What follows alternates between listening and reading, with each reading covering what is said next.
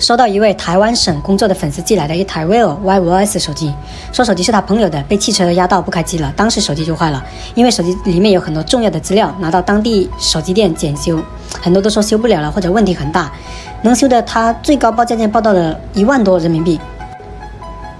这费用确实是太高了，而且他还说风险很高，有可能修复不了。后面粉丝就联系了我们，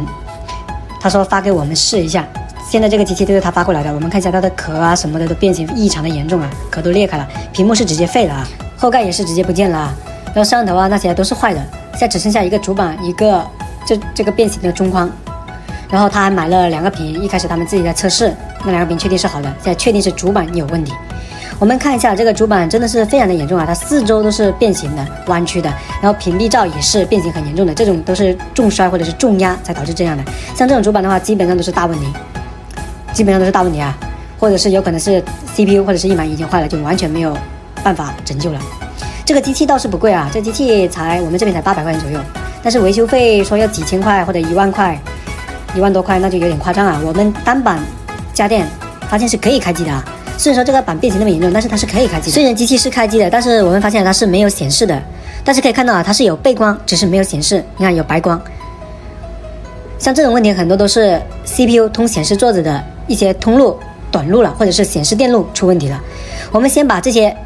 那个变形的铜片先去掉，因为怕它压到一些芯片，然后造成短路，也会造成各种疑难杂症。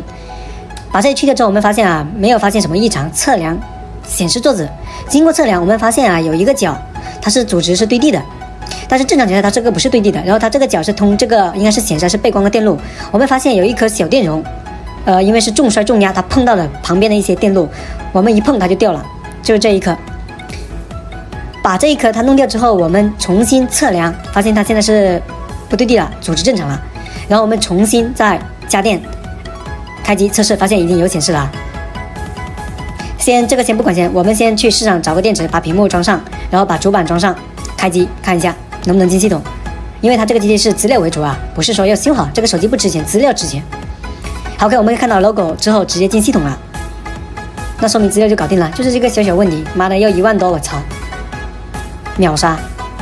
但是这种机器进去肯定还有很多问题的，所以说一般都不建议修复，因为修复的话肯定是不划算的啊。就算是没有问题，用不了多长时间，它可能又不开机了。所以说现在当务之急，最好先把资料导出来，因为它密码不方便给，那我们还是只能发给他，让他们自己导。那我们打个螺丝什么的固定好给他，尽可能的不要去动主板，因为这种变形太严重了，真的很容易可能会出现不开机的